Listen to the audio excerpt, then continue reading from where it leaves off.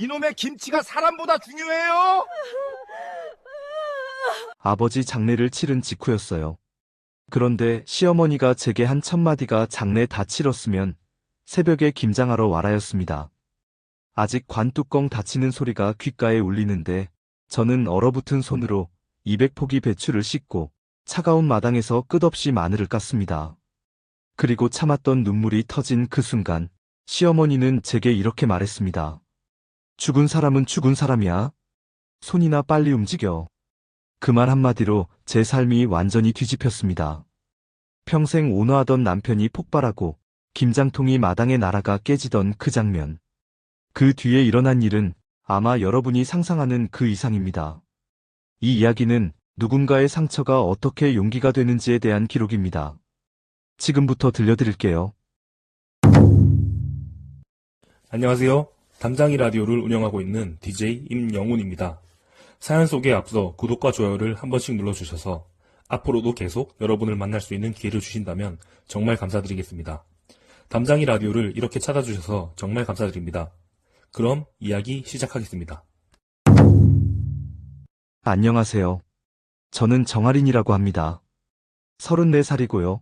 강서구에 있는 사회복지센터에서 상담사로 일하고 있어요. 오늘은 정말 힘든 하루였습니다. 아버지의 장례식을 치렀거든요.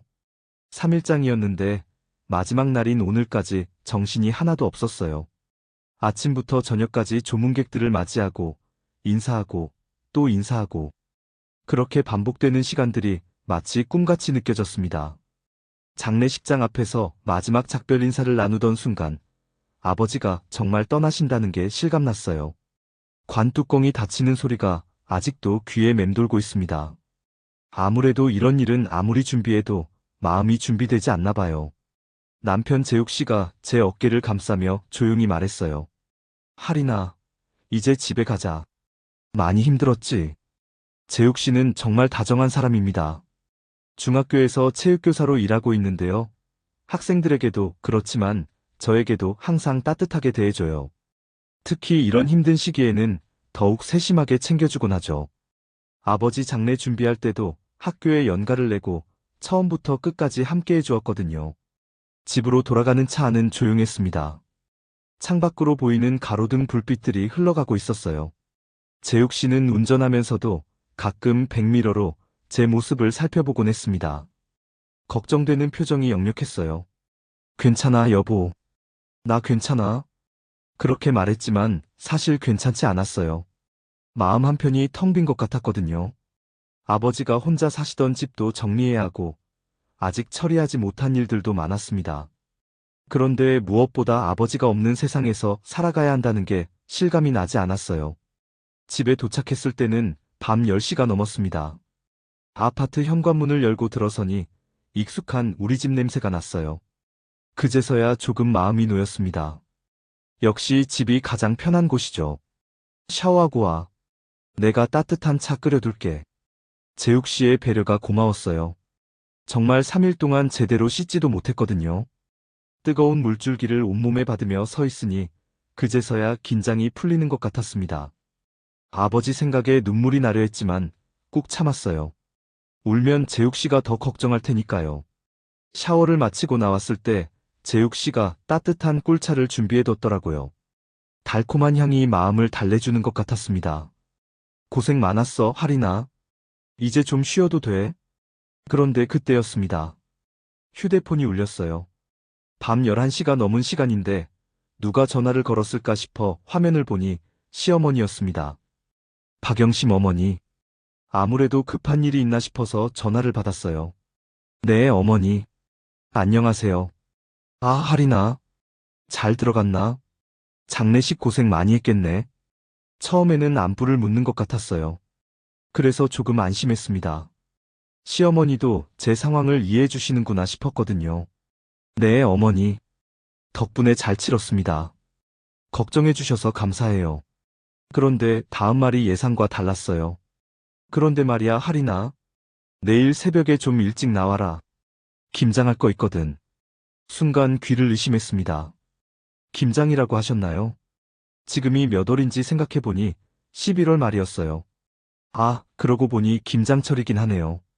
하지만 지금 제 상황에서 김장이라니. 어머니, 그런데 아버지 장례를 막 치르고 와서 조금 피곤한데요. 최대한 정중하게 말씀드렸습니다. 사실 피곤한 정도가 아니라 정신적으로 너무 지쳐 있었거든요. 그런데 시어머니의 대답은 예상과 달랐어요. 아이고, 그래도 김장은 해야지. 벌써 늦었어. 다른 집들은 다 했는데 우리 집만 안 했단 말이야.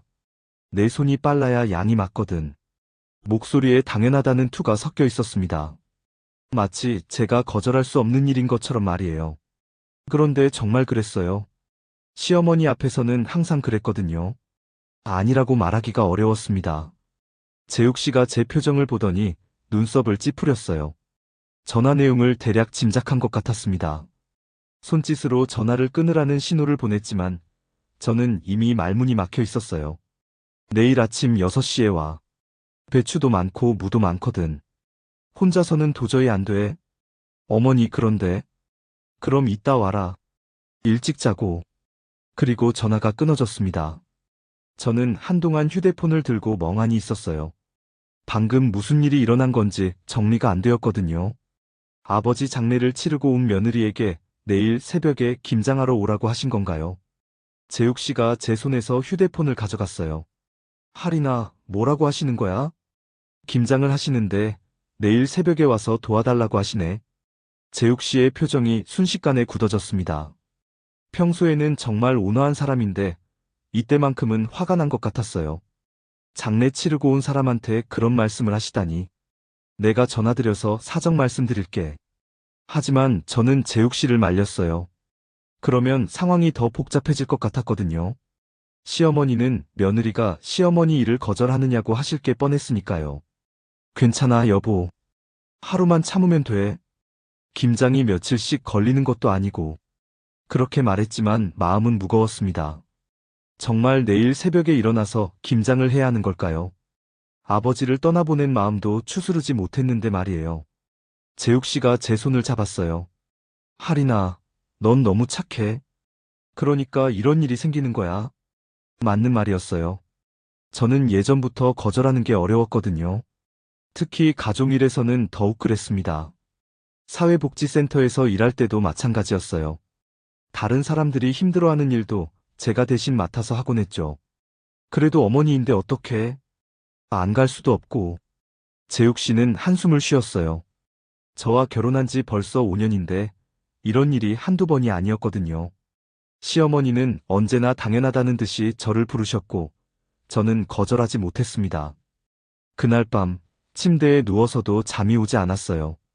아버지 생각도 나고 내일 해야 할 김장 생각도 나고 복잡한 마음이 정리되지 않았거든요. 새벽 5시 반에 알람이 울렸습니다. 어제 설정해둔 시간이었어요. 잠깐 망설였지만 결국 일어났습니다. 옆에서 자고 있는 재욱 씨를 깨우지 않으려고 조심스럽게 침실을 나왔어요. 세수를 하고 간단히 옷을 입었습니다. 거울을 보니 얼굴이 많이 피곤해 보였어요. 당연하죠.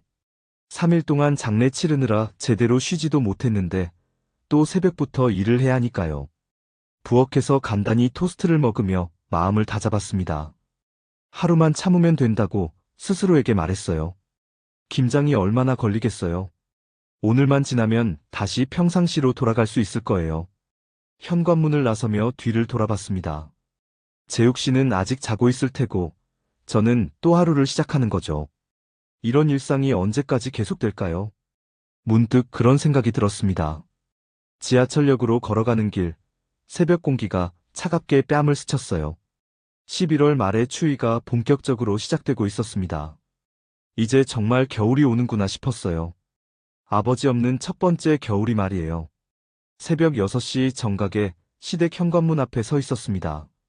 문 너머로 이미 부산한 소리가 들려왔어요. 시어머니가 벌써 준비를 시작하신 것 같았습니다. 인터폰을 누르자마자 문이 열렸어요. 어서 와. 늦었네. 시어머니의 첫마디였습니다. 인사나 안부 인사는 없었어요. 그저 늦었다는 말씀만 하시더라고요. 사실 약속 시간에 맞춰온 건데 늦었다고 하시니 당황스러웠습니다. 안녕하세요, 어머니. 정중하게 인사를 드렸지만 시어머니는 이미 안으로 들어가고 계셨어요. 현관에서 신발을 벗으며 집안을 둘러봤습니다. 거실 테이블 위에는 이미 양념 재료들이 산더미처럼 쌓여 있었어요. 고춧가루, 마늘, 생강, 젓갈류까지. 정말 대대적인 김장을 준비하신 것 같았습니다. 옷 갈아입고 앞치마 매라. 뒷마당에 배추 200포기가 있어. 200포기라고 하셨나요? 순간 귀를 의심했습니다. 보통 가정에서 하는 김장이 50포기에서 100포기 정도인데 200포기라니요. 그런데 시어머니의 표정을 보니 농담이 아니었어요. 뒷마당으로 나가보니 정말 어마어마한 양의 배추가 놓여 있었습니다. 이틀 전부터 소금에 절여둔 것 같았는데요. 크고 작은 배추들이 플라스틱 통 여러 개에 가득 담겨 있었어요. 이 양을 오늘 하루에 다 처리해야 한다니 막막했습니다. 할인아, 먼저 절인 배추부터 씻어야지. 물이 차니까 조심해서 해라. 시어머니가 뒤따라 나오시며 말씀하셨어요. 그런데 아직도 아버지 장례에 대한 말씀은 한마디도 없으셨습니다. 어제까지 상을 치르고 온 며느리에게 고생했다거나 많이 슬펐겠다 같은 말씀 한마디 없이 바로 일 얘기만 하시더라고요. 찬물에 손을 담그니 정말 차가웠어요. 11월 말 새벽이라 그런지 물이 얼음장 같았습니다. 그래도 할 수 없죠. 절인 배추를 하나씩 들어올려 흐르는 찬물에 깨끗이 씻기 시작했어요. 한 포기씩 씻다 보니 손이 금세 빨갛게 되었습니다. 차가운 물 때문에 손가락 끝이 저려오기 시작했어요. 그런데 아직 시작도 안 한 거나 마찬가지였습니다. 200포기를 다 씻으려면 얼마나 걸릴까요? 할인아, 빨리 좀 해라. 배추 씻고 나면 양념도 만들어야 하고 통도 닦아야 하거든. 시어머니가 중간중간 톡촉하셨어요. 그럴 때마다 손놀림이 더 빨라졌습니다. 사실 이미 최선을 다해 하고 있었는데도 자꾸 빨리 하라고 하시니 마음이 조급해졌어요. 1시간쯤 지났을까요? 배추를 반쯤 씻었을 때 휴대폰이 울렸습니다. 재욱 씨에게서 온 전화였어요. 여보, 괜찮아? 너무 힘들면 그만하고 와. 재욱 씨의 걱정스러운 목소리가 들려왔어요. 아마 어젯밤부터 계속 걱정했을 거예요. 그런데 전화를 받고 있는 저를 시어머니가 쳐다보고 계셨습니다. 눈빛이 불편해 보이셨어요. 응. 괜찮아. 금방 끝날 것 같아. 사실 괜찮지 않았어요. 손은 시리고 허리는 아프고. 아직 절반도 안 했는데 벌써 지쳤거든요. 하지만 재욱 씨가 걱정할까봐 괜찮다고 했습니다. 너무 무리하지 마. 내가 어머니한테 말씀드릴까? 아니야, 정말 괜찮아. 여보는 출근 준비해. 그렇게 말하고 전화를 끊었지만 마음이 무거웠어요. 재욱 씨의 걱정하는 목소리를 들으니 더 서글펐습니다. 이런 일로 남편까지 걱정시키고 있다니요. 누구 전화야? 시어머니가 물으셨어요. 재욱 씨요. 출근 준비하면서 안부 물어봤어요. 아, 그래. 그런데 전화 받을 시간에 일을 더하지. 따끔한 말씀이었어요. 전화를 받는 것도 일을 방해하는 일인 것처럼 말씀하시더라고요. 그래서 다시 배추 씻기에 집중했습니다. 시간이 지나면서 손이 점점 더 시려졌어요. 새벽찬 공기 때문에 더 그런 것 같았습니다. 그런데 시어머니는 추위를 느끼지 못하시는 것 같았어요. 아니면 익숙하셔서 그러신 건지. 할인아, 슬픔에 빠져 있어도 할 건 해야지. 김장은 미룰 수 있는 일이 아니거든. 갑자기 하신 말씀이었어요. 처음으로 아버지 장례에 대해 언급하신 건데 그런 식으로 말씀하시니 더 서글펐습니다. 마치 제가 슬픔에만 빠져 있는 것처럼 들렸거든요. 네, 어머니. 알겠습니다. 다른 말은 할 수 없었어요. 시어머니 앞에서는 항상 그랬습니다.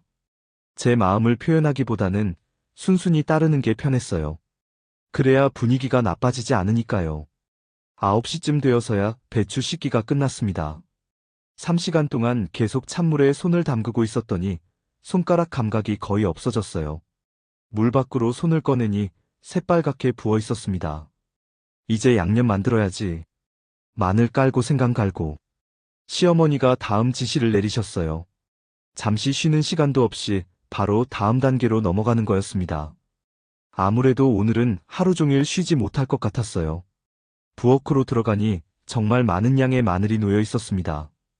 대충 봐도 23kg은 되어 보였어요. 이걸 다 손으로 까야 한다니.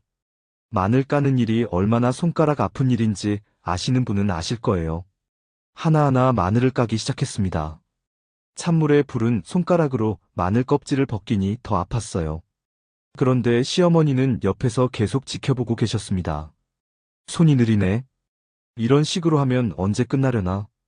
중간중간 하시는 말씀이 마음에 상처가 되었어요. 열심히 하고 있는데 자꾸 느리다고 하시니까요.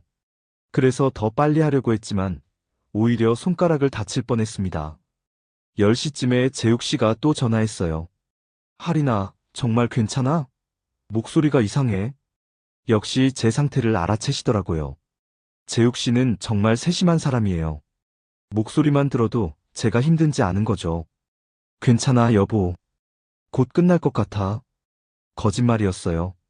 마늘도 아직 반도 안 깠고, 생강도 갈아야 하고, 양념도 버무려야 하고, 할 일이 산더미였거든요.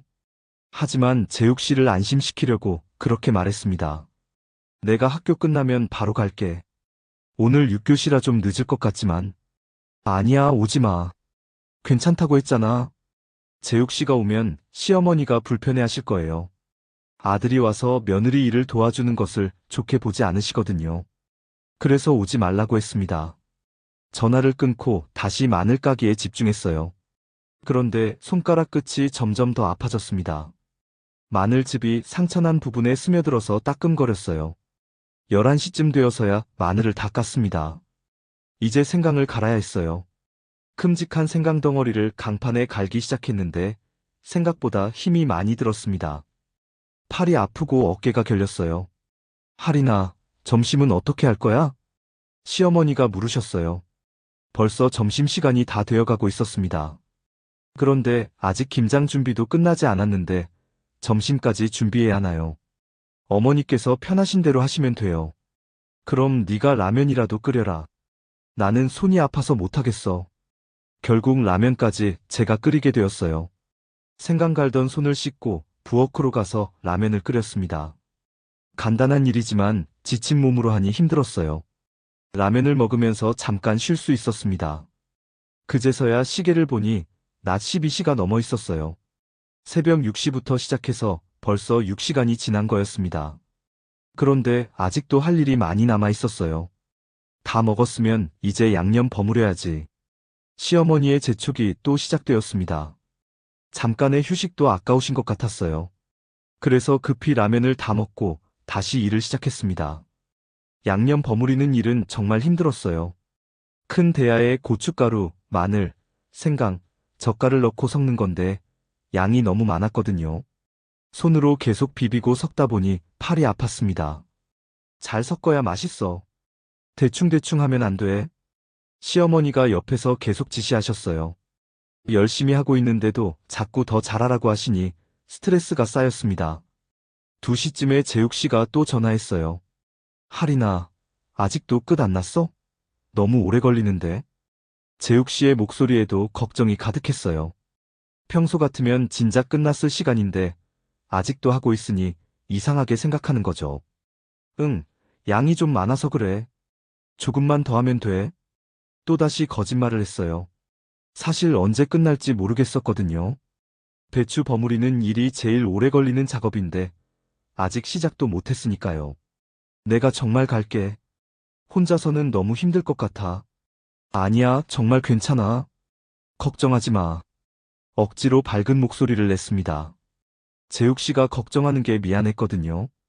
그리고 시어머니 앞에서 남편한테 도움을 요청하는 것도 좋지 않을 것 같았어요. 전화를 끊고 나니 시어머니가 저를 쳐다보고 계셨어요. 자꾸 전화 받느라 일이 늦어지네. 따끔한 말씀이었어요. 그래서 그 후로는 전화가 와도 받지 않았습니다. 재욱 씨가 몇 번 더 전화했지만 모두 무시했어요. 오후 내내 배추를 버무렸습니다. 200폭이라는 양이 정말 엄청났어요. 손이 빨갛게 부어오르고 허리는 끊어질 것 같았습니다. 그래도 시어머니는 계속 옆에서 지켜보시며 지시만 하셨어요. 김치통도 다 닦아야 해. 깨끗하게 안 닦으면 김치가 금방 쉬어. 배추 버무리기가 끝나니 이제 김치통 닦기였어요. 큰 김치통 10개를 깨끗이 닦아야 했습니다. 뜨거운 물로 여러 번 헹구고 햇볕에 말려야 하는 작업이었어요. 해가 지기 시작할 무렵에야 모든 작업이 끝났습니다. 저녁 6시가 넘어서였어요. 새벽 6시부터 시작해서 12시간 동안 쉬지도 못하고 김장을 한 거였습니다. 수고했네. 그런데 내일 또 와야 해. 깍두기랑 동치미도 해야 하거든. 시어머니의 마지막 말씀이었어요. 내일 또 오라고 하시는 거였습니다. 오늘 하루만 참으면 된다고 생각했는데 내일도 또 와야 한다니요. 네, 어머니. 알겠습니다. 다른 대답을 할 수 없었어요. 이미 너무 지쳐서 저항할 힘도 없었거든요. 그냥 고개만 끄덕였습니다. 집으로 돌아가는 지하철 안에서 휴대폰을 켰어요. 재욱 씨가 보낸 문자가 10개가 넘었습니다. 모두 걱정하는 내용이었어요. 괜찮아? 왜 전화 안 받아? 정말 걱정되는데 답장 좀 해줘. 내가 갈까? 메시지를 읽으니 눈물이 날 것 같았어요. 재욱 씨의 마음을 알면서도 괜찮다고 거짓말을 했던 제 자신이 미안했습니다. 집에 도착했을 때 재욱 씨가 현관에서 기다리고 있었어요. 제 모습을 보자마자 깜짝 놀라더라고요. 하리나, 왜 이렇게 됐어? 손이 왜 이래? 제 손을 보고 놀라는 재욱 씨를 보니 제가 얼마나 힘들었는지 실감이 났습니다. 거울을 보니 얼굴도 많이 피곤해 보였어요. 괜찮아, 여보. 김장하느라 그래. 내일이면 다 끝날 거야. 또다시 괜찮다고 말했습니다. 하지만 이번에는 목소리에 힘이 없었어요. 정말 괜찮지 않았거든요. 재욱 씨가 제 얼굴을 자세히 들여다보았어요. 하리나, 너 우는 거야? 그제서야 제가 울고 있었다는 걸 알았습니다. 언제부터인지 모르게 눈물이 흘러내리고 있었어요. 다음 날도 새벽 6시에 일어났습니다. 몸은 아직 어제의 피로가 가시지 않았지만 어쩔 수 없었어요. 시어머니가 오늘은 깍두기와 동치미를 한다고 하셨거든요. 재욱 씨는 걱정스러운 표정으로 저를 배웅해 주었어요. 하리나, 정말 괜찮겠어? 어제 너무 힘들어했는데. 어젯밤 재욱 씨 앞에서 울었던 게 미안했습니다. 남편을 걱정시키고 싶지 않았는데 결국 들켜버렸거든요. 괜찮아, 여보. 오늘은 어제보다 일이 적을 것 같아. 사실 확신은 없었어요. 시어머니가 준비해 놓으신 무가 얼마나 될지 모르니까요. 하지만 재욱 씨를 안심시키려고 그렇게 말했습니다.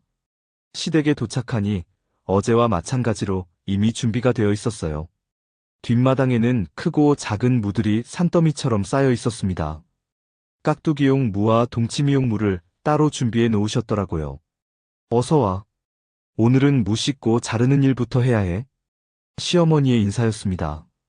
어제와 똑같이 안부 인사는 없고 바로 일 얘기였어요. 아무래도 이런 분이신가 봅니다. 무를 씻기 시작했는데 정말 힘든 일이었어요. 무가 배추보다 훨씬 무겁거든요. 하나씩 들어올려 흙을 털고 깨끗이 씻어야 했는데 어제 불어올랐던 손이 더 아팠습니다. 1시간쯤 지났을 때 누군가 현관문을 두드렸어요. 시어머니가 나가보시더니 이웃분들이 오신 것 같았습니다. 여러 명의 목소리가 들려왔어요. 아이고, 영심씨. 김장하는구나. 올해도 많이 하네요. 역시 부지런해. 이웃 아주머니들이 왔나 봅니다. 아무래도 김장철이라 서로 안부 차 들르시는 것 같았어요. 그런데 시어머니와 아주머니들이 거실에서 이야기하는 소리가 뒷마당까지 들려왔습니다. 우리 며느리가 도와주고 있어요. 시어머니가 저에 대해 말씀하고 계시는 것 같았어요. 그런데 다음에 하신 말씀을 듣고는 손이 멈춰버렸습니다. 우리 며느리는 교육은 못 받아도 손은 야무져요. 어디서 배운 건지 김장도 잘하고. 교육은 못 받아도라고 하셨나요? 순간 귀를 의심했습니다. 저는 대학도 나왔고 사회복지사 자격증도 있어요. 지금도 사회복지센터에서 일하고 있고요. 그런데 교육을 못 받았다고 하시다니요. 아, 그래요?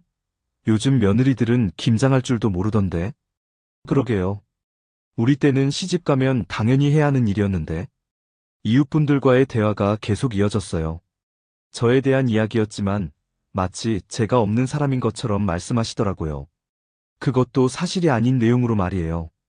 뒷마당에서 혼자 물을 씻으며 복잡한 마음이 들었습니다. 시어머니가 저를 어떻게 생각하고 계시는지 알 것 같았어요. 그냥 김장이나 집안일을 도와주는 사람 정도로만 보시는 것 같았습니다. 문득 아버지 생각이 났어요. 아버지는 항상 제가 대학 나온 걸 자랑스러워 하셨거든요. 사회복지사로 일하는 것도 좋은 일이라고 격려해 주셨고요. 그런 아버지가 돌아가신 지 이틀밖에 안 됐는데 이런 말을 들으니 마음이 아팠습니다. 눈물이 고이기 시작했어요. 어제부터 참아왔던 슬픔이 한꺼번에 올라오는 것 같았습니다. 아버지도 보내드린 지 얼마 안 됐는데 이렇게 힘든 일을 하고 있고 시어머니는 저를 제대로 알아주지도 않으시고 그런데 눈물을 닦을 수도 없었어요. 손이 물을 씻느라 더러워져 있었거든요. 그래서 고개만 숙이고 계속 일을 했습니다. 눈물이 뺨을 타고 흘러내렸지만 닦지 못했어요. 할인아, 뭐 하는 거야? 소리가 안 나네. 시어머니가 뒷마당으로 나오셨어요. 이웃분들과의 대화가 끝난 것 같았습니다. 제가 우는 걸 들키면 안 될 것 같아서 급히 고개를 돌렸어요. 무가 좀 크더라고요. 그래서 시간이 걸렸어요. 최대한 평온한 목소리로 말씀드렸습니다. 다행히 시어머니는 제가 운 것을 눈치채지 못하신 것 같았어요. 10시쯤에 무 씻기를 마쳤습니다. 이제 깍두기용 무는 네모나게 썰고 동치미용 무는 길게 잘라야 했어요. 칼질하는 일도 만만치 않았습니다. 양이 너무 많았거든요. 무를 썰면서 계속 아까 들었던 말이 머릿속을 맴돌았어요. 교육은 못 받아도라는 말씀이요. 정말 속상했습니다. 저도 나름대로 열심히 공부해서 대학도 나오고 직업도 가졌는데 그런 식으로 말씀하시다니요. 그런데 더 속상한 건 제가 아무 말도 못한다는 거였어요. 시어머니 앞에서는 항상 그랬습니다. 잘못된 말씀을 하셔도 바로잡지 못하고 그냥 넘어가곤 했어요. 괜한 갈등을 만들고 싶지 않았거든요. 정오쯤 되어서 재욱 씨가 전화했어요. 할인아, 괜찮아? 어제보다 덜 힘들어? 재욱 씨의 따뜻한 목소리를 듣자 또 눈물이 날 것 같았어요. 누군가 저를 걱정해준다는 게 이렇게 고마울 줄 몰랐습니다. 응, 괜찮아. 오늘은 어제보다 나은 것 같아. 거짓말이었어요. 오늘도 어제만큼 힘들었거든요. 아니, 어떤 면에서는 더 힘들었어요. 몸의 피로보다 마음의 상처가 더 컸으니까요. 그런데 할인아, 너 오늘 아버님 관련 서류 처리하러 가야 하는 거 아니야? 재욱 씨의 말을 듣고 깜짝 놀랐어요. 아, 맞다. 오늘 아버지 관련 서류들을 정리하러 구청에 가기로 했었거든요. 김장 때문에 완전히 까먹고 있었습니다. 아, 맞다. 그런데 어머니 일 도와드려야 해서. 뭐, 그게 더 중요한 일이지. 어머니한테 사정 말씀드리고 가야 해. 재욱 씨 말이 맞았어요. 아버지 관련 서류는 기한이 정해져 있는 일이었거든요. 미루면 안 되는 일이었습니다. 시어머니께 조심스럽게 말씀드렸어요. 어머니 죄송한데요. 오늘 아버지 관련 서류 처리하러 구청에 가야 해서요. 잠깐 다녀와도 될까요? 그런데 시어머니의 반응은 예상과 달랐어요. 뭔 소리야? 김장이 얼마나 중요한 일인데. 서류야 언제든 할 수 있잖아. 그런데 오늘까지 해야 하는 일이라서요. 그럼 내일 하면 되지. 김장이 우선이야. 시어머니는 단호하셨어요. 김장보다 중요한 일은 없다는 식이었습니다. 심지어 아버지 관련 서류 처리보다도 김장이 더 중요하다고 생각하시는 것 같았어요. 어머니, 정말 중요한 일이에요. 기한이 있는 거거든요. 중요한 일이면 미리 말했어야지. 지금 와서 그런 소리 하면 어떡해. 결국 갈 수 없게 되었어요. 시어머니가 허락해 주시지 않으시니까요. 재욱 씨에게 전화해서 사정을 설명했습니다. 뭐라고? 서류 처리보다 김장이 더 중요하다고? 재욱 씨의 목소리에 분노가 섞여 있었어요. 평소 차분한 재욱 씨가 이렇게 화내는 걸 처음 봤습니다. 여보, 목소리 낮춰. 어머니가 들어. 아니야, 할인아. 이건 아니지. 내가 어머니한테 직접 말씀드릴게. 안 돼. 괜한 갈등만 생겨. 내가 내일 가면 돼. 그렇게 재욱 씨를 말리고 전화를 끊었습니다. 하지만 마음이 무거웠어요. 아버지 관련 서류를 오늘 처리하지 못하면 정말 문제가 될 수 있었거든요. 오후에도 계속 물을 썰고 양념을 만들었습니다. 어제와 똑같은 일의 반복이었어요. 손은 더 아팠고 허리도 끊어질 것 같았습니다. 그런데 시어머니는 여전히 옆에서 지시만 하셨어요. 3시쯤에 또 이웃분이 오셨어요. 이번에는 다른 분이었는데 시어머니와 친한 분인 것 같았습니다. 영심아, 김장 잘 되어가네. 며느리가 도와주니까 좋겠어. 그럼요. 우리 며느리는 말 안 해도 알아서 잘해요. 시키는 대로 하니까 편하죠. 시키는 대로 한다는 말씀에 또 마음이 아팠어요. 저를 마치 부리는 사람처럼 말씀하시는 것 같았거든요. 며느리가 아니라 일꾼으로 보시는 것 같았습니다. 요즘 며느리들은 시어머니 말도 안 듣던데. 네가 복이 있어. 그러게요. 다른 집 며느리들은 김장도 안 도와준다던데. 두 분의 대화를 들으며 복잡한 마음이 들었어요. 저를 칭찬하시는 것 같기도 하고 무시하시는 것 같기도 하고. 어쨌든 기분이 좋지는 않았습니다. 4시쯤에 갑자기 현관문이 열리는 소리가 들렸어요. 누가 온 건지 궁금해서 귀를 기울이고 있는데 익숙한 목소리가 들려왔습니다. 어머니, 안녕하세요. 재욱 씨였어요. 갑자기 왜 온 건지 당황스러웠습니다. 분명히 오지 말라고 했는데 결국 온 거였어요. 재욱아, 왜 왔어? 학교는? 시어머니도 놀라신 것 같았어요. 평일 오후에 재욱 씨가 올 리가 없었으니까요. 일찍 끝나서 왔어요. 할인이는 어디 있어요? 뒷마당에서 일하고 있어. 재욱 씨가 뒷마당으로 나왔어요. 제 모습을 보자마자 표정이 굳어졌습니다. 어제보다 더 지쳐 보이는 제 모습에 놀란 것 같았어요. 할인아, 너 왜 이래? 얼굴이 왜 이렇게 됐어? 재욱 씨가 제 얼굴을 자세히 들여다봤어요. 아마 많이 피곤해 보였을 거예요. 새벽부터 지금까지 계속 일했으니까요. 괜찮아, 여보. 왜 갑자기 왔어? 학교는? 할인아, 너 오늘 구청에 가야 한다며. 왜 여기 있어? 재욱 씨의 목소리에 걱정과 분노가 섞여 있었어요. 아무래도 제가 구청에 가지 못했다는 걸 알고 화가 난 것 같았습니다. 그게 어머니가 김장이 급하시다고 해서. 뭐? 아버님 서류보다 김장이 더 급해? 재욱 씨의 목소리가 점점 커지고 있었어요. 거실에 계시던 시어머니도 뒷마당으로 나오셨습니다. 재욱아, 무슨 소리가 그렇게 커? 어머니, 할인이는 오늘 중요한 일이 있었어요. 왜 못 가게 하신 거예요? 결국 갈등이 시작되었습니다. 제가 그토록 피하려고 했던 일이 벌어진 거였어요. 재욱 씨와 시어머니 사이에서 저는 어떻게 해야 할지 몰랐습니다. 중요한 일이면 미리 말했어야지. 김장철에 갑자기 뭔 소리야?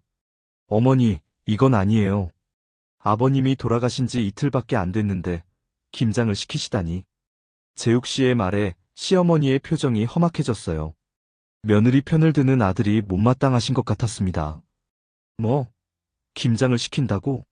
가족일을 도와달라고 한 거지 시킨 게 아니야. 도와달라고요? 이틀째 새벽부터 저녁까지 일 시키시는 게 도와달라는 거예요? 재욱 씨의 목소리가 더 커졌어요. 평소에는 시어머니께 항상 정중하게 말씀드리던 재욱 씨가 이렇게 화내는 건 처음 봤습니다. 저는 두 사람 사이에서 어쩔 줄 몰라 했어요. 이런 일이 벌어질까봐 그토록 조심했는데 결국 최악의 상황이 된 거였습니다. 뒷마당의 공기가 얼어붙은 것 같았습니다. 재욱 씨와 시어머니가 마주서서 팽팽하게 대립하고 있었어요. 저는 두 사람 사이에 끼어서 어떻게 해야 할지 몰랐습니다. 어머니, 할인이 아버님이 돌아가신 지 이틀밖에 안 됐어요. 그런데 이틀째 새벽부터 저녁까지 김장을 시키시는 게 맞나요? 재욱 씨의 목소리에는 참았던 분노가 섞여 있었어요. 평소 온화한 성격의 재욱 씨가 이렇게 격하게 말하는 걸 처음 봤습니다. 시어머니의 표정이 순간 굳어졌어요. 며느리 편을 드는 아들이 못마땅하신 것 같았습니다. 입술을 꾹 다물고 재욱 씨를 노려보셨어요. 재욱아, 네가 뭘 안다고 그런 소리 하는 거야? 김장이 언제 해야 하는 일인지 모르나? 어머니, 김장도 중요하지만 사람이 더 중요하잖아요. 할인이가 얼마나 힘들어하는지 모르세요? 재욱 씨가 제 어깨에 손을 올렸어요. 그 따뜻한 손길에서 위로를 느꼈지만 동시에 미안했습니다. 제 때문에 시어머니와 갈등이 생긴 거니까요. 힘들다고? 김장하는 게 뭐가 그렇게 힘들다는 거야? 우리 때는 혼자서 다 했어. 시어머니의 목소리가 점점 날카로워졌어요. 눈빛도 차가워지고 있었습니다. 어머니, 그건 옛날 얘기고요. 지금은 시대가 달라졌어요. 장례 치르고 온 사람한테 이런 일을 시키시면 안 되죠. 시킨다고? 가족 일을 도와달라고 한 게 시키는 거야? 시어머니의 목소리가 더 높아졌어요. 이웃에서도 들릴 정도였습니다. 저는 점점 더 작아지고 있었어요. 여보, 그만해. 제발. 저는 재욱 씨의 팔을 잡아당겼어요. 이 이상 갈등이 커지면 돌이킬 수 없을 것 같았거든요. 그런데 그때 시어머니가 말씀하신 한마디가 모든 걸 바꿔버렸습니다. 죽은 사람은 죽은 사람이고 산 사람은 김장을 해야지. 순간 귀를 의심했어요. 방금 뭐라고 하셨나요? 죽은 사람은 죽은 사람이라고요. 아버지를 그런 식으로 말씀하시다니. 온몸에 소름이 돋았습니다. 가슴이 너무 아팠어요. 아버지가 돌아가신 지 겨우 이틀인데 그런 말씀을 하시다니요. 아버지는 제게 세상에서 가장 소중한 분이었거든요. 다리에 힘이 빠지는 게 느껴졌어요. 그 자리에서 주저앉고 말았습니다. 더 이상 버틸 수가 없었어요. 이틀 동안 참아왔던 모든 감정이 한꺼번에 터져나왔습니다. 으아! 제 입에서 나온 소리였어요. 울음이라고 하기에는 너무 절망적인 소리였습니다. 가슴 깊은 곳에서 올라오는 아픔이었어요. 눈물이 폭포수처럼 쏟아져 내렸어요. 아버지 생각, 이틀 동안의 고생, 시어머니의 모욕적인 말들, 모든 게 한꺼번에 몰려왔습니다. 아버지, 중얼거리며 울었어요. 아버지가 얼마나 보고 싶은지 모르겠어요. 지금 당장이라도 아버지 품에 안기고 싶었습니다. 아버지였다면 절대 이런 말씀은 하지 않으셨을 거예요. 재욱 씨가 급히 제 옆에 무릎을 꿇고 앉았어요. 할인아, 괜찮아? 괜찮다고. 재욱 씨의 손이 제 등을 쓰다듬었지만 울음은 멈추지 않았어요. 너무 아팠거든요. 마음이 찢어지는 것 같았습니다. 그런데 시어머니의 다음 말이 더 충격적이었어요. 할인아, 질질 짜지 말고 손이나 빨리 움직여. 또다시 귀를 의심했습니다. 질질 짜지 말라니. 제가 지금 이렇게 절망해서 울고 있는데 손이나 빨리 움직이라고요? 재욱 씨의 얼굴이 창백해졌어요. 그리고 천천히 일어나서 시어머니를 쳐다봤습니다. 제가 본 재욱 씨의 표정 중에 가장 무서운 표정이었어요. 어머니, 지금 뭐라고 하신 거예요? 재욱 씨의 목소리는 차분했지만 그 안에 분노가 가득했어요. 평소의 온화한 모습은 완전히 사라졌습니다. 왜? 잘못 말했나? 장례는 이미 끝났잖아. 이제 살아있는 사람 일을 해야지. 시어머니는 여전히 자신의 말이 잘못되었다고 생각하지 않으시는 것 같았어요. 오히려 당연하다는 듯이 말씀하셨습니다. 저는 바닥에 주저앉아서 계속 울고 있었어요. 손으로 얼굴을 가렸지만 눈물은 계속 흘러나왔습니다. 온몸이 떨렸어요. 아버지와의 추억들이 스쳐 지나갔어요. 제가 어렸을 때 아프면 밤새 간병해 주시던 아버지. 대학 입학할 때 자랑스러워 하시던 모습. 제가 사회복지사가 되었을 때 내 딸이 좋은 일 한다며 기뻐하시던 모습.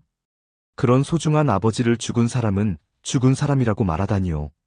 어떻게 그런 말씀을 하실 수 있는 걸까요? 어머니, 저 말씀 취소하세요. 재욱 씨의 목소리가 더 낮아졌어요. 화가 나면 오히려 목소리를 낮추는 재욱 씨의 성격이었거든요. 지금이 정말 화가 많이 난 상태라는 뜻이었습니다. 뭘 취소해? 사실을 말한 건데. 어머니, 장인어른은 며칠 전에 돌아가셨어요. 할인이가 얼마나 아파하는지 모르시나요? 아픈 건 알겠지만 그렇다고 할 일 안 할 수는 없잖아. 시어머니는 끝까지 자신의 입장만 고집하셨어요. 제가 얼마나 힘든지는 전혀 이해하려 하지 않으시는 것 같았습니다. 저는 계속 흐느끼고 있었어요. 아버지 생각에 가슴이 미어졌습니다. 며칠 전까지만 해도 살아계셨던 아버지. 마지막까지 제 손을 잡고 계셨던 아버지. 그런 아버지를 이런 식으로 말하는 사람과 같은 공간에 있다는 게 견딜 수 없었어요. 할인아, 일어나라. 동치미 무도 잘라야 하고 할 일이 많아. 시어머니가 또 재촉하셨어요. 제가 이렇게 울고 있는데도 일을 시키시려는 거였습니다. 재욱 씨의 주먹이 꽉 쥐어졌어요. 온몸이 떨리고 있었습니다.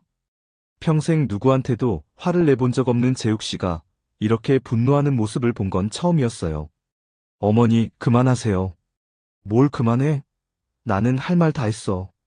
어머니가 지금 하신 말이 얼마나 상처가 되는지 아세요? 상처? 애 하나 죽었다고 평생 울고만 있을 거야? 또다시 충격적인 말씀이었어요. 애 하나 죽었다고요. 아버지를 애 하나라고 표현하시다니요. 제 울음소리가 더 커졌어요. 제가 얼마나 아버지를 사랑했는지, 아버지가 제게 얼마나 소중한 분이셨는지 전혀 이해하지 못하시는 것 같았습니다. 재욱 씨가 더 이상 참지 못하겠다는 듯 시어머니께 다가섰어요. 어머니, 지금 당장 사과하세요. 뭘 사과해? 잘못한 게 없는데. 할인이 아버님을 모독하신 거 사과하세요. 모독? 사실을 말한 건데 뭐가 모독이야? 두 사람의 목소리가 점점 커지고 있었어요. 이웃에서도 들릴 정도였습니다. 하지만 저는 일어날 수가 없었어요. 온몸에서 힘이 빠졌거든요. 바닥에 앉아서 계속 울면서 생각했어요. 왜 이런 일이 일어나는 걸까요? 아버지를 잃은 슬픔도 큰데 이런 모욕까지 받아야 하나요? 아버지가 살아계셨다면 절대 이런 일은 일어나지 않았을 거예요. 아버지는 항상 제 편이었거든요. 누가 저를 힘들게 하면 가만두지 않으시던 분이었어요. 그런 아버지가 없는 세상이 이렇게 차가운 줄 몰랐습니다. 아버지라는 든든한 울타리가 사라지니까 세상이 무너져 내리는 것 같았어요. 할인아, 그만 울고 일어나. 시간 없어. 시어머니가 또 재촉하셨어요. 제가 이 상황에서도 일을 해야 한다는 거였습니다. 그 순간 마음속에서 뭔가 끊어지는 소리가 났어요. 이제까지 참아왔던 모든 것들이 한계에 도달한 거였습니다. 천천히 고개를 들어 시어머니를 쳐다봤어요. 눈물로 범벅이 된 얼굴로 말이에요. 시어머니의 차가운 눈빛과 마주쳤습니다. 그 눈빛에서 저는 확신했어요. 이분은 절대 저를 이해하지 못하실 거라는 걸. 제가 얼마나 힘든지, 얼마나 아픈지 전혀 신경 쓰지 않으신다는 걸. 재욱 씨가 제게 다가와 손을 내밀었어요. 할인아, 일어나. 우리 집에 가자. 재욱 씨의 손을 잡고 천천히 일어났습니다. 다리가 후들후들 떨렸지만 간신히 일어설 수 있었어요. 일어서면서 마음속으로 다짐했어요. 이제는 더 이상 참지 않겠다고. 아버지를 모독하는 말을 듣고도 가만히 있을 수는 없다고. 제 눈빛이 달라졌습니다. 이제까지의 순종적이고 참기만 하던 눈빛이 아니었어요. 단단하고 결연한 눈빛으로 바뀌었습니다. 어머니. 처음으로 제가 시어머니께 또렷한 목소리로 말씀드렸어요. 떨리지 않는 목소리였습니다. 시어머니가 놀란 듯 저를 쳐다봤어요. 평소와 다른 제 모습에 당황하신 것 같았습니다. 저는 이제 김장 안 하겠습니다. 짧지만 확실한 말이었어요. 제 인생에서 시어머니께 거절의 말씀을 드린 건 처음이었습니다. 시어머니의 표정이 굳어졌어요. 예상하지 못한 저의 반응에 당황하고 계신 것 같았습니다. 재욱 씨가 제 손을 꽉 잡았어요. 저를 지지해준다는 의미였습니다. 그 따뜻한 손길에서 힘을 얻었어요. 저는 마지막으로 시어머니를 똑바로 쳐다봤습니다. 이제는 고개를 숙이지 않았어요. 당당하게 말씀드렸습니다. 아버지를 그런 식으로 말씀하신 분과는 더 이상 함께 있을 수 없습니다. 그리고 재욱 씨와 함께 뒷마당을 나왔어요. 시어머니는 저희를 보며 뭔가 말하려고 하셨지만 듣지 않았습니다. 현관에서 신발을 신으며 마지막으로 뒤를 돌아봤어요. 시어머니가 현관까지 따라 나오셨습니다. 할인아, 어디 가는 거야? 일이 안 끝났는데. 마지막까지도 일 얘기였어요. 제가 얼마나 상처받았는지는 전혀 관심이 없으신 것 같았습니다. 어머니, 안녕히 계세요. 정중하게 인사를 드리고 집을 나왔습니다. 재욱 씨가 제 어깨를 감싸 안으며 함께 걸어줬어요. 차 안에서 또 눈물이 났어요. 하지만 이번 눈물은 달랐습니다. 절망의 눈물이 아니라 해방의 눈물이었어요. 드디어 제가 진짜 하고 싶었던 말을 했거든요. 창밖을 보며 생각했어요. 이제 모든 게 바뀔 거라고. 더 이상 예전의 저는 아니라고. 아버지가 하늘에서 보고 계신다면 오늘의 저를 자랑스러워 하실 것 같았어요. 드디어 제가 저 자신을 지키는 법을 배웠으니까요. 집으로 가는 차 안은 조용했습니다. 재욱 씨는 운전하면서도 계속 저를 걱정스러운 눈빛으로 바라봤어요. 저는 창밖을 보며 멍하니 앉아 있었습니다. 방금 전 일이 꿈만 같았어요. 제가 정말 시어머니께 그런 말을 했나 싶었거든요. 평생 한 번도 거절해 본 적이 없었는데 오늘은 달랐습니다. 아직도 가슴이 뛰고 있었어요. 무서웠습니다. 앞으로 어떤 일이 일어날지 모르겠었거든요. 시어머니가 얼마나 화를 내실지, 재욱 씨와의 관계는 어떻게 될지. 하지만 후회하지는 않았어요. 아버지를 그런 식으로 말하는 걸 더 이상 참을 수는 없었거든요. 집에 도착해서 소파에 앉았습니다. 온몸이 나른했어요. 이틀 동안의 피로가 한꺼번에 밀려왔습니다. 재욱 씨가 따뜻한 차를 끓여줬지만 손에 들 힘도 없었어요. 하리나, 괜찮아? 재욱 씨가 제 옆에 앉으며 물었어요. 걱정이 가득한 목소리였습니다. 응, 괜찮아. 그냥 좀 피곤해. 거짓말이었어요. 괜찮지 않았거든요. 몸도 마음도 모두 지쳐 있었습니다. 눈을 감으니 갑자기 병원 냄새가 나는 것 같았어요. 며칠 전 아버지가 계셨던 병실이 떠올랐습니다. 하얀 침대, 각종 의료기기들, 그리고 그 가운데 누워 계시던 아버지. 아버지는 마지막 일주일 동안 의식이 흐릿하셨어요. 가끔 깨어나셨지만 대부분 잠들어 계셨죠. 저는 매일 병원에 가서 아버지 곁을 지켰습니다. 그때 아버지가 하신 말씀들이 하나씩 떠오르기 시작했어요. 아버지가 마지막으로 또렷하게 의식이 있으셨던 날이었습니다. 그날따라 컨디션이 좋아 보이셨어요. 저와 이런저런 얘기를 나누셨죠. 하리나, 아버지가 없어도 잘 살 수 있지? 갑작스러운 질문에 당황했었어요. 아버지가 그런 말씀을 하시는 게 무서웠거든요. 마치 이별을 준비하시는 것 같아서요. 아버지, 무슨 소리예요? 아직 한참 더 사셔야죠. 그때 제가 대답했던 말이었어요. 아버지의 손을 꽉 잡으면서 말이에요. 아버지의 손이 많이 마르셨다는 게 느껴졌습니다. 하리나, 아버지가 하고 싶은 말이 있어. 아버지의 목소리는 약했지만 또렷했어요. 중요한 말씀을 하려고 애쓰시는 것 같았습니다. 저는 아버지 가까이 다가가서 귀를 기울였어요. 아버지의 숨소리까지 들릴 정도로 가까이 말이에요. 하리나, 너는 누가 뭐래도 귀한 사람이다. 아버지의 첫 번째 말씀이었어요. 갑작스러운 말씀에 눈물이 났습니다. 왜 갑자기 그런 말씀을 하시는지 몰랐거든요. 아버지, 끝까지 들어봐. 중요한 얘기야. 아버지가 제 손을 꽉 잡으셨어요. 힘없는 손이었지만 따뜻했습니다. 너는 착하고 성실한 사람이야. 남을 배려할 줄 알고 희생할 줄도 아는 좋은 사람이고. 아버지의 말씀을 들으며 눈물이 계속 흘렸어요. 평생 저를 그렇게 생각해 주신 아버지였죠. 하지만 하리나, 너무 착하기만 하면 안 돼. 그 다음 말씀이 의외였어요. 착하면 안 된다고 하시니까요. 세상에는 네 착함을 이용하려는 사람들이 있어. 너를 함부로 대하는 사람들이 있다고. 아버지의 목소리에 걱정이 섞여 있었어요. 제가 그런 사람들에게 상처받을까봐 걱정하시는 거였죠. 아버지는 괜찮아요. 재욱 씨도 있고. 그때 제가 대답했던 말이에요. 아버지를 안심시키려고 했었죠. 재욱 씨는 좋은 사람이야. 그런데 하리나, 재욱 씨만으론 안 돼. 네가 스스로 너를 지켜야 해. 아버지의 말씀이 점점 진지해지고 있었어요. 너를 함부로 대하는 곳에 머물지 마라.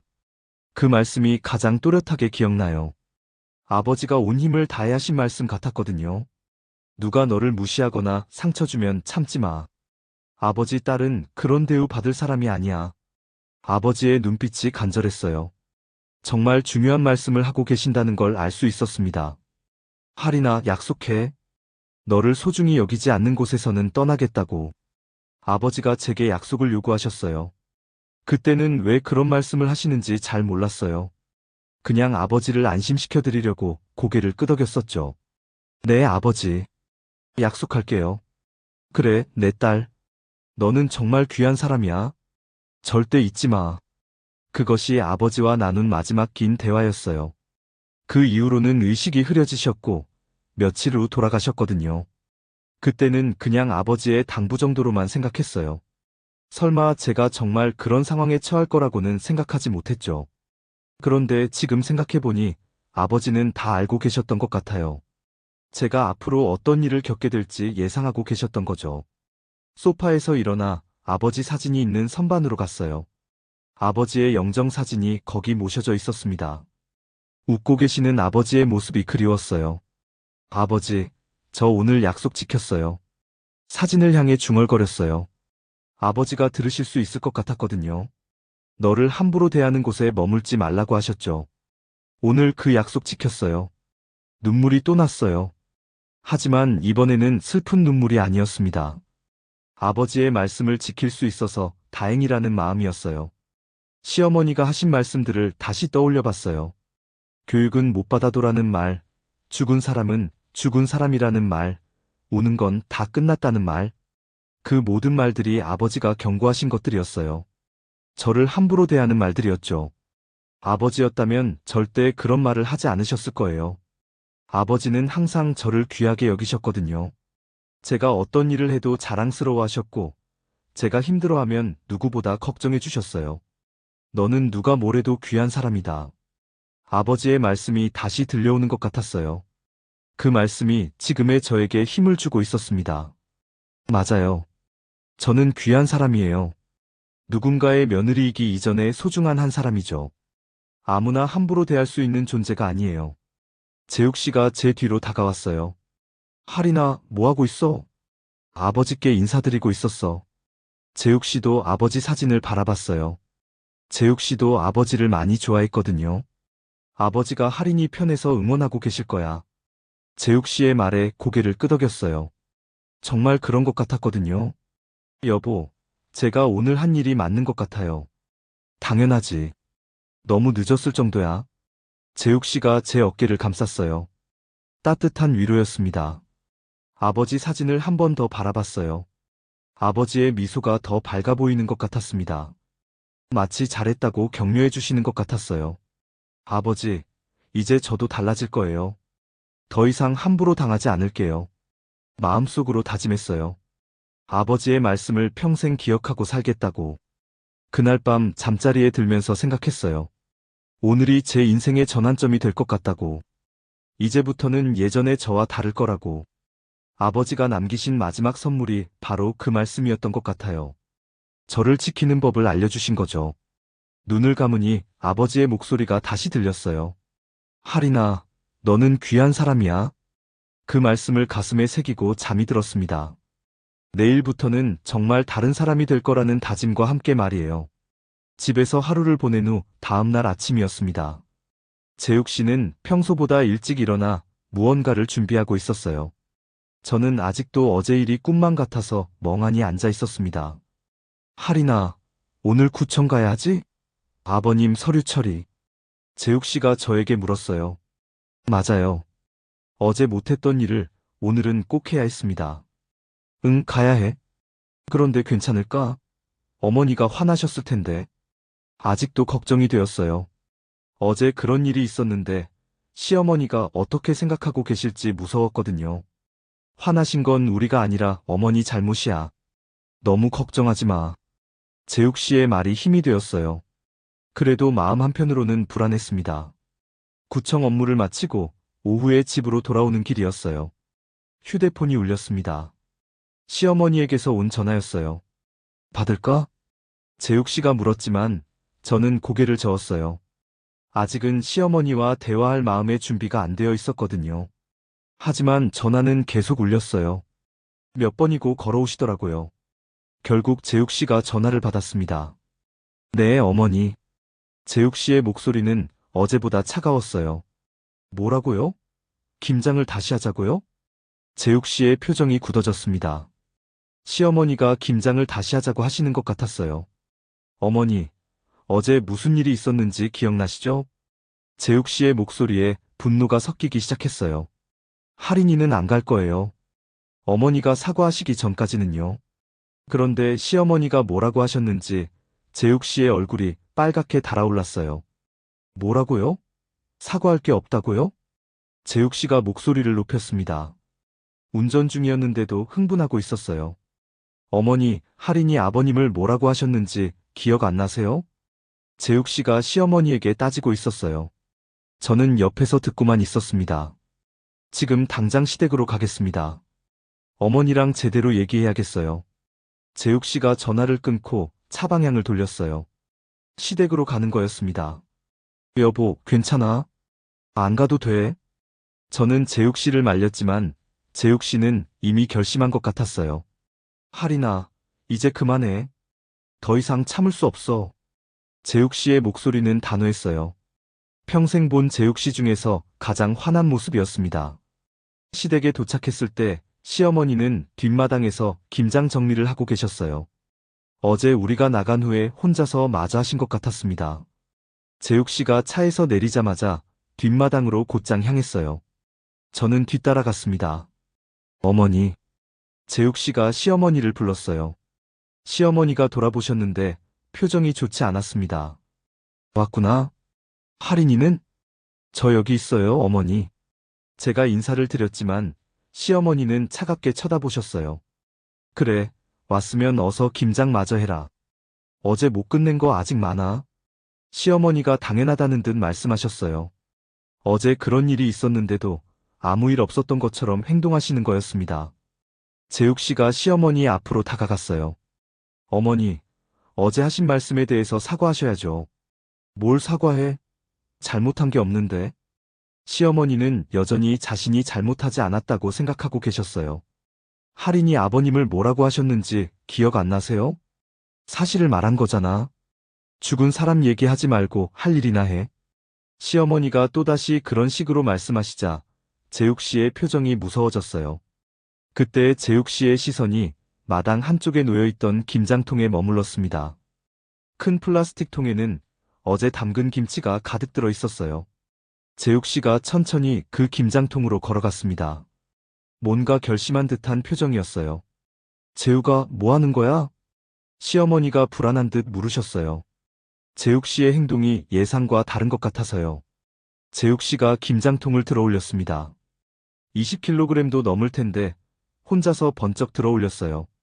체육교사라서 힘이 센 재욱 씨였거든요. 재욱아, 그거 왜 들고 있어? 내려놔. 시어머니가 다급하게 말씀하셨어요. 재욱 씨가 뭘 하려는지 감을 잡으신 것 같았습니다. 저도 무서웠어요. 재욱 씨의 표정이 평소와 너무 달랐거든요. 이런 재욱 씨는 처음 봤습니다. 어머니, 마지막으로 물어볼게요. 할인이한테 사과하실 거예요? 재욱 씨가 김장통을 들고 있으면서 시어머니께 물었어요. 뭘 사과해? 그거 내려놔, 위험해. 시어머니는 여전히 사과할 생각이 없으셨어요. 그 순간 재욱 씨가 김장통을 높이 들어 올렸습니다. 그리고 있는 힘을 다해 마당 바닥으로 내리꽂았어요. 쾅! 엄청난 소리와 함께 플라스틱 통이 바닥에 떨어졌습니다. 통이 깨지면서 안에 있던 김치와 양념이 사방으로 튀었어요. 빨간 고춧가루 양념이 마당 곳곳에 흩어졌습니다. 배추잎들이 이리저리 흩어져 있었고요. 이틀 동안 공들여 만든 김치가 한순간에 엉망이 되어버린 거였어요. 시간이 멈춘 것 같았어요. 시어머니는 입을 벌린 채 그 광경을 바라보고 계셨습니다. 저도 너무 놀라서 아무 말도 할 수 없었어요. 재욱 씨는 아무 표정 없이 그 모습을 지켜봤어요. 후회하는 기색도 없었습니다. 재욱아, 너 지금 뭔 짓을 한 거야? 시어머니가 소리를 지르셨어요. 목소리에 분노와 당황이 섞여 있었습니다. 우리 할인, 오늘 김장 안 해? 재욱 씨의 첫 번째 말이었어요. 차분하면서도 단호한 목소리였습니다. 이 집 며느리 아니야. 두 번째 말이 더 충격적이었어요. 시어머니의 얼굴이 창백해지셨습니다. 사람 취급도 안 하면서 뭘 바래요? 재욱 씨의 마지막 말이었어요. 그 말에 시어머니는 아무 대답도 하지 못하셨습니다. 마당은 김치 양념으로 난장판이 되어 있었어요. 빨간 물이 여기저기 흘러내리고 있었습니다. 두 사람이 이틀 동안 고생해서 만든 김치가 한순간에 사라진 거였어요. 재욱 씨가 제게로 다가왔어요. 당신, 이제 울지 마. 재욱 씨가 제 손을 잡았어요. 따뜻하고 단단한 손이었습니다. 당신 아버지 장례부터 마무리하러 가자. 그 말을 들으니 눈물이 났어요. 하지만 이번에는 슬픈 눈물이 아니었습니다. 고마운 눈물이었어요. 재욱 씨가 저를 지켜주고 있었어요. 제 편에 서서 함께 싸워주고 있었습니다. 시어머니는 아직도 멍한 상태였어요. 이런 일이 벌어질 거라고 상상도 못 하셨을 거예요. 재욱아, 너 미쳤어? 이게 뭐야? 시어머니가 떨리는 목소리로 말씀하셨어요. 어머니가 미치신 거죠. 장례 치른 며느리한테 그런 말을 하시다니. 재욱 씨는 전혀 물러서지 않았어요. 할인이 아버님을 뭐라고 하셨는지 기억나시죠? 그건 시어머니가 말을 잇지 못하셨어요. 뭔가 잘못했다는 걸 이제서야 깨닫고 계시는 것 같았습니다. 어머니, 이제 알겠어요? 사람을 사람으로 대해야 한다는 게 뭔지. 재욱 씨의 목소리는 차갑지만 정확했어요. 마당에 흩어진 김치를 보며 복잡한 기분이 들었어요. 한편으로는 미안하면서도 한편으로는 시원했습니다. 우리 가자, 하리나. 재욱 씨가 제 손을 이끌었어요. 저는 조용히 따라갔습니다. 현관에서 신발을 신으면서 뒤를 돌아봤어요. 시어머니는 마당에 서서 흩어진 김치를 바라보고 계셨습니다. 처음 보는 당황한 표정이었어요. 평생 이런 일을 당해본 적이 없으셨을 거예요. 며느리와 아들이 동시에 저항한 건 처음이실 테니까요.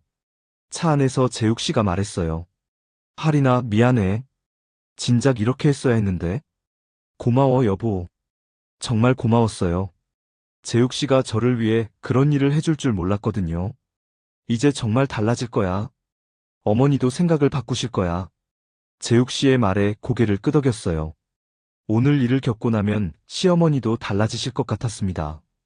차 뒤편으로 시댁이 멀어져 갔어요. 마당에는 아직도 빨간 김치 양념이 흩어져 있을 거예요. 그 모습이 오늘 있었던 일을 모두 말해주는 것 같았습니다. 재욱 씨의 손을 꽉 잡았어요. 이제 정말 새로운 시작이 될 것 같았습니다.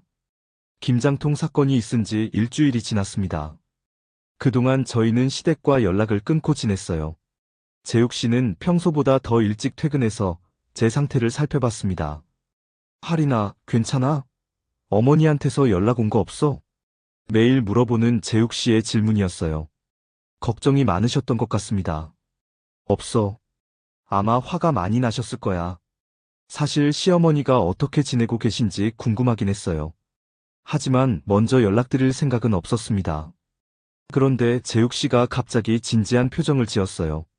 하리나, 우리 독립하자. 예상하지 못한 말이었어요. 독립이라고 하시니까요. 독립? 갑자기 왜? 이번 일로 확실해졌어. 우리가 따로 살아야 해. 재욱 씨의 목소리는 단호했어요. 이미 많은 생각을 하신 것 같았습니다. 그런데 집값이 너무 비싸잖아. 우리 돈으로 어떻게 해? 현실적인 문제였어요.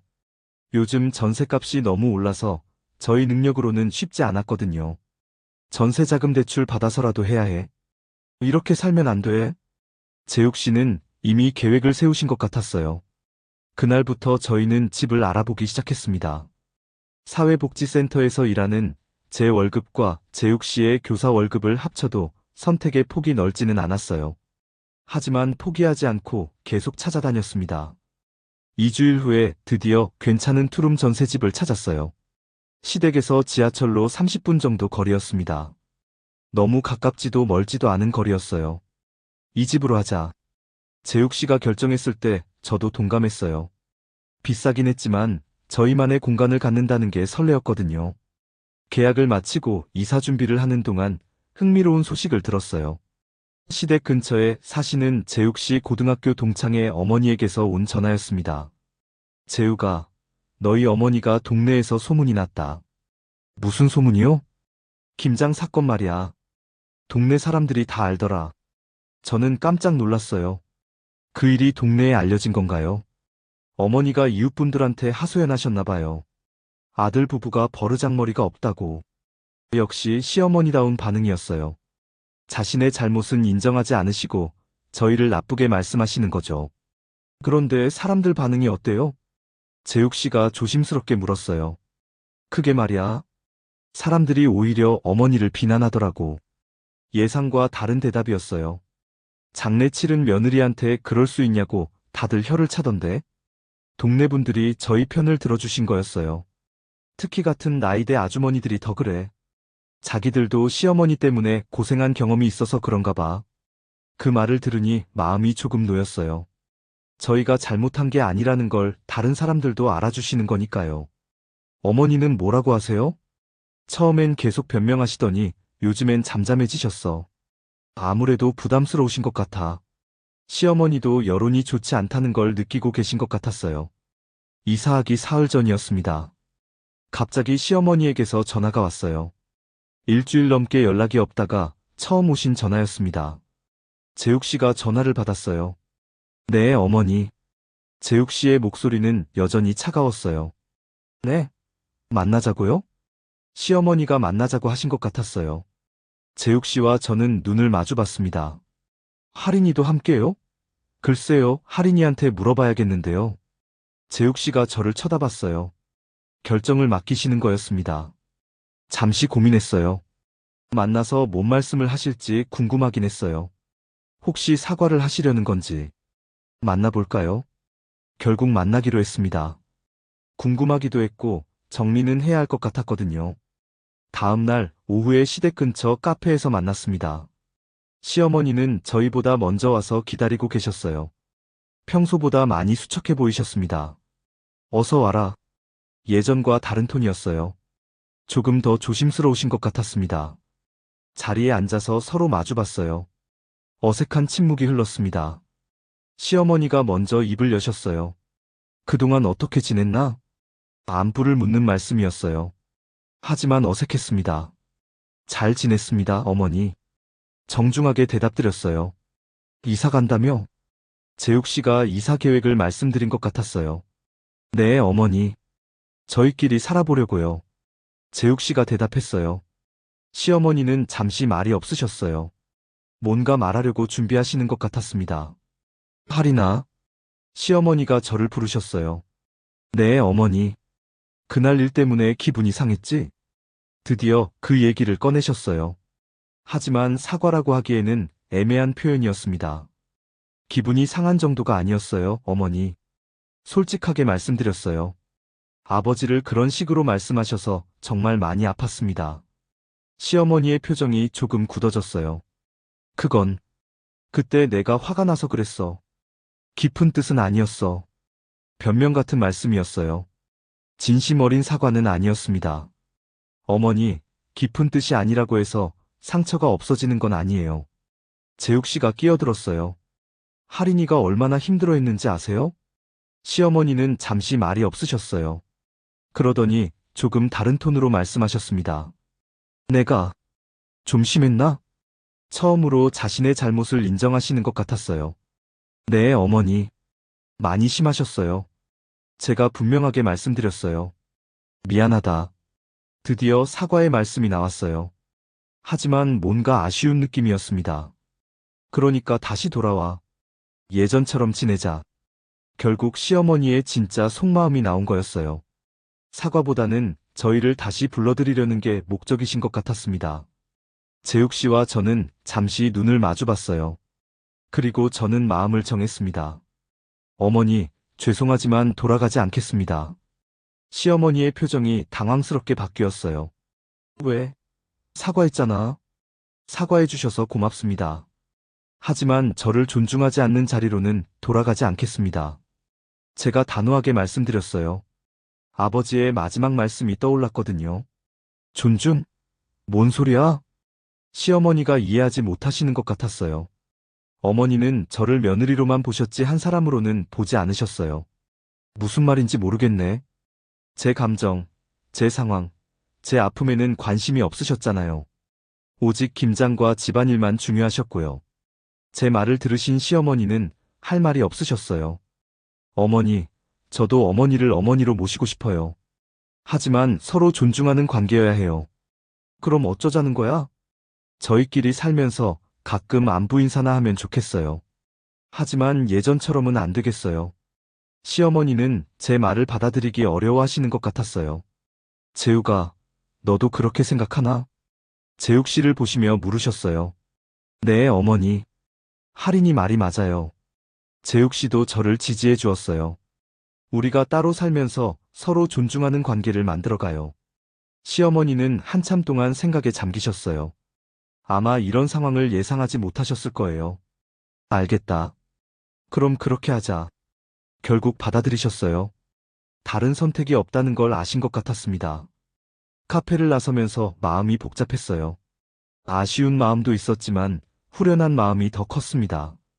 잘한 것 같아, 할인아. 재욱 씨가 제 선택을 지지해 주었어요. 이제 정말 새 시작이네. 며칠 후 이사를 했습니다. 짐이 많지 않아서 금방 끝났어요. 새 집에서 첫날 밤을 보내는데 기분이 묘했습니다. 우리 집이다. 재욱 씨가 중얼거렸어요. 저도 같은 마음이었습니다. 그날 밤 아버지 사진을 새 집 거실 선반에 모셨어요. 아버지께 인사를 드렸습니다. 아버지, 새 집으로 이사 왔어요. 이제 정말 달라질 거예요. 아버지의 미소가 더 밝아 보이는 것 같았어요. 창문을 열고 밖을 바라봤습니다. 새로운 동네, 새로운 시작이었어요. 이제 더 이상 누구에게 함부로 당하지 않겠다고 다짐했습니다. 아버지의 마지막 당부를 평생 지키면서 살아가겠다고 말이에요. 새 집에서의 첫 한 달은 쉽지 않았습니다. 독립의 설렘도 잠시, 아버지가 안 계신다는 현실이 더 선명하게 다가왔어요. 집안 곳곳에서 아버지의 흔적이 떠올랐습니다. 부엌에서 요리를 하다가도 문득 아버지가 좋아하셨던 된장찌개 생각이 나서 눈물이 났어요. 거실에서 텔레비전을 보다가도 아버지와 함께 보던 뉴스 시간이 되면 가슴이 먹먹해졌습니다. 어느 날 저녁 또 울고 있는 저를 본 재욱 씨가 조용히 다가왔어요. 하린아, 당신이 울면 울어도 돼? 재욱 씨의 말에 더 눈물이 났습니다. 그동안 얼마나 참고 살았는지 새삼 깨달았거든요. 이제는 누구 눈치도 보지 말자. 재욱 씨가 제 어깨를 감싸며 말했어요. 그 따뜻한 말 한마디에 마음이 무너졌습니다. 처음으로 마음껏 울었어요. 아버지가 그리워서, 보고 싶어서, 사랑한다는 말을 못해서. 재욱 씨는 말없이 제 곁에 앉아 있었어요. 재촉하지도 위로하지도 않고 그냥 함께 있어줬습니다. 그게 가장 큰 위로였어요. 한 달쯤 지났을 때 조금씩 마음이 정리되기 시작했어요. 아버지를 떠나보낸 슬픔은 여전했지만 이제는 그 슬픔을 받아들일 수 있었습니다. 어느 날 사회복지센터에서 일하면서 문득 깨달은 게 있었어요. 저와 같은 상황에 있는 분들이 얼마나 많은지 말이에요. 상실을 겁고도 제대로 슬퍼할 시간조차 없었던 사람들이요. 시댁일에 떠밀려 감정을 억눌러야 했던 며느리들, 가정과 일 사이에서 자신의 아픔을 돌볼 여유가 없었던 사람들. 그들의 고통이 비로소 보였습니다. 하린 씨. 동료 윤경의 팀장님이 저를 부르셨어요. 네, 팀장님. 새 프로그램 제안이 있는데 하린 씨가 해보면 좋겠어요. 무슨 프로그램인가요? 상실과 회복 지원 프로그램이요. 가족을 잃고 힘들어하는 분들을 위한 프로그램인데. 순간 가슴이 뛰었어요. 처음으로 마음이 움직이는 걸 느꼈습니다. 저도 위로받지 못했으니까요. 조심스럽게 말씀드렸어요. 그래서 누군가의 위로가 되고 싶어요. 팀장님이 따뜻하게 웃으셨어요. 역시 하린 씨가 적임자인 것 같아요. 그날부터 프로그램을 직접 기획하기 시작했습니다. 제 경험을 바탕으로 정말 필요한 것들을 담으려고 했어요. 상실의 아픔을 이해받고 충분히 슬퍼할 수 있는 공간을 만들고 싶었습니다.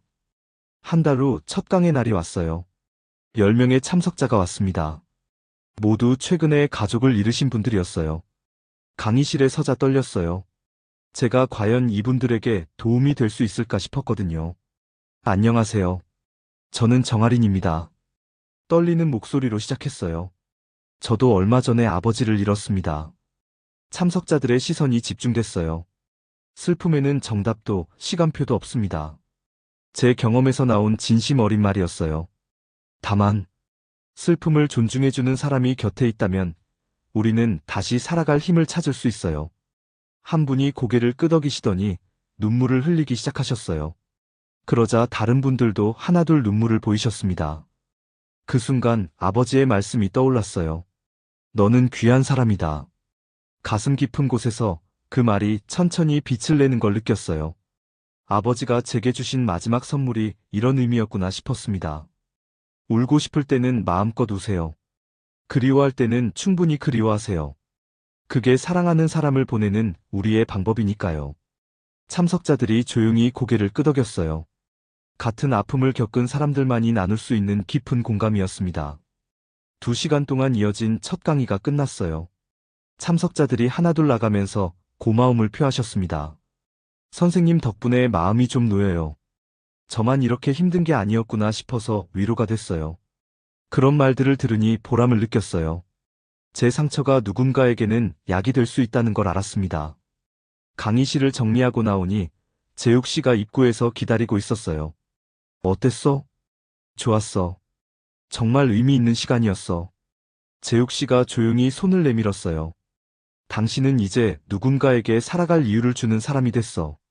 그 말에 미소가 났어요. 슬픔으로 시작된 삶이지만 이제는 누군가의 희망이 되는 길 위에 서 있었습니다. 집에 돌아와서 아버지 영정 앞에 섰어요. 새로 산 흰 국화 한 송이를 올려드렸습니다. 아빠, 나 이제 잘 살게. 아버지께 속삭였어요. 나 스스로를 지킬 줄 아는 사람으로 살게. 아버지의 미소가 더욱 따뜻해 보였어요. 마치 잘하고 있다고 말씀해 주시는 것 같았습니다. 창가에서 재욱 씨가 저를 바라보고 있었어요. 그의 눈빛에서 자랑스러움을 읽을 수 있었습니다. 여보, 고마워. 뭐가? 곁에 있어줘서. 제대로 슬퍼할 수 있게 해줘서. 재욱 씨가 제게 다가와 손을 잡았어요. 우리 앞으로도 잘해보자. 고개를 끄덕였어요. 이제 정말 새로운 시작이었습니다. 다음 주 강의 준비를 하면서 생각했어요. 아버지가 남겨주신 마지막 당부가 이렇게 많은 의미를 가질 줄 몰랐다고. 저를 지키는 법을 배우고 나니 이제는 다른 사람도 지킬 수 있게 되었습니다. 그날 밤 잠자리에 들면서 창밖을 봤어요. 별이 유난히 밝게 빛나고 있었습니다. 아버지가 하늘에서 저를 지켜보고 계시는 것 같았어요. 나는 귀한 사람이에요, 아빠.